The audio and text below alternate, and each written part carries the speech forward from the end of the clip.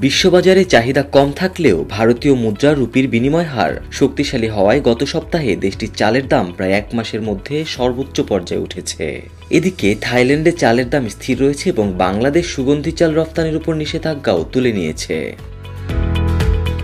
ভারতের ৫% খুদযুক্ত আধাসেদ্ধ চাল গত সপ্তাহে টন প্রতি $৩৯০ থেকে $৩৯৭ বিক্রি হয়েছে, যা গত সপ্তাহের $৩৮৯ থেকে $৩৯৬ থেকে কিছুটা বেশি।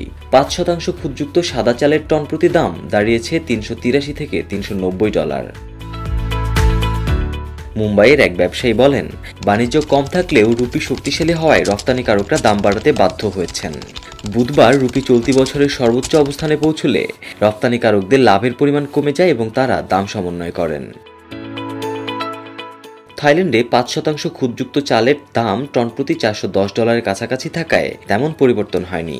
চাহিদা কম ও পর্যাপ্ত সরবরাহ থাকায় দাম স্থিতিশীল রয়েছে।